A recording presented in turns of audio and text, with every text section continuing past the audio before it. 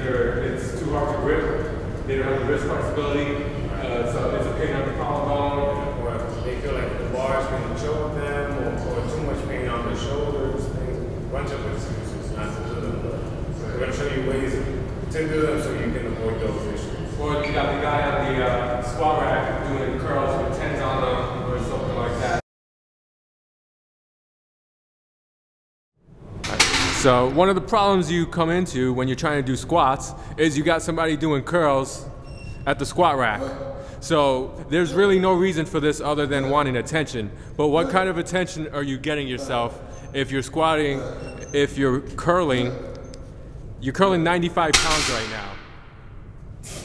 These weights right here, they go up from 20 to 100 pounds. We have the easy curl bar and the curling station here. There's so many exercises, there's so many other bars that you could do biceps on, but you want to come right here and do squats. The only way you could be more of a douchebag is if you're taking up the whole dumbbell section to do some dumbbell rows.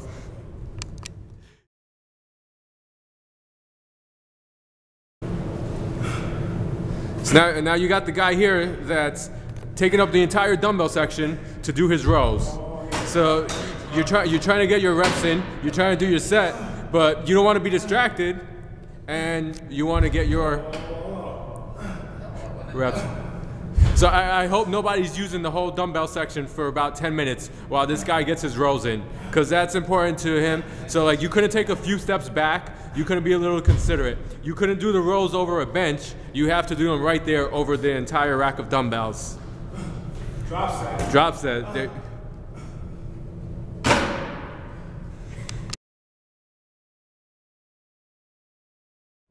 Alright, so let's do some grips now, so like what we were talking about. So there's different ways to hold it. You can either do this grip here, like this, or you can do this grip here, like that. So the preferred grip, I would say, is the first grip that you show, which is wrapping your... I can get, at this one, I can get 3 fingers under the bar.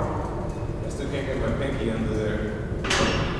So like, you know, line up here, it's right under the neck, right on top of the collarbone. The elbows are forward. Now you're just going to drop down, drag it up from your heels. There's no yelling, there's no grunting.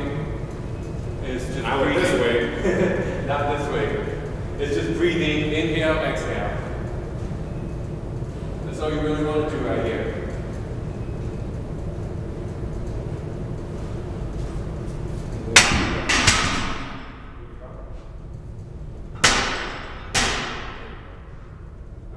Make some extra noise. Yeah, to make yourself sing that it's different. They'll throw on the knee pads, they'll throw a stack of weights on it, they'll do heavy weights, and they pick up the bar and they're doing this.